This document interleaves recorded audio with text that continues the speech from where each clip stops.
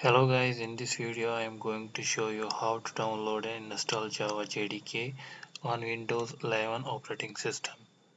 So let us start. First of all, go to your command prompt cmd and write down here java hyphen version, enter. It shows that Java is not recognized as internal or external command. That means it's not installed on your computer. So to download this, we have to go to the browser and then write on the google.com, where you can search Java JDK download for Windows. Now you can see here Java download circle, click on it. Now it shows that Java 18 and 17 are available.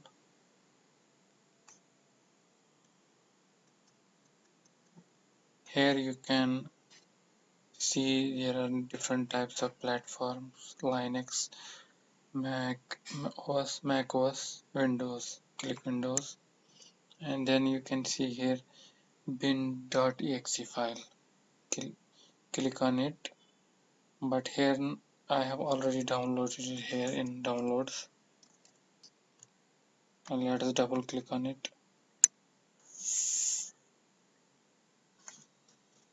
Right now Java SE Development Kit 18.0.2 is installing. Now we can go to the installation folder where it has been installed.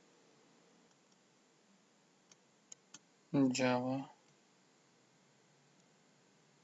JDK and then bin folder. Now you have to copy this location here and go to the environment variable.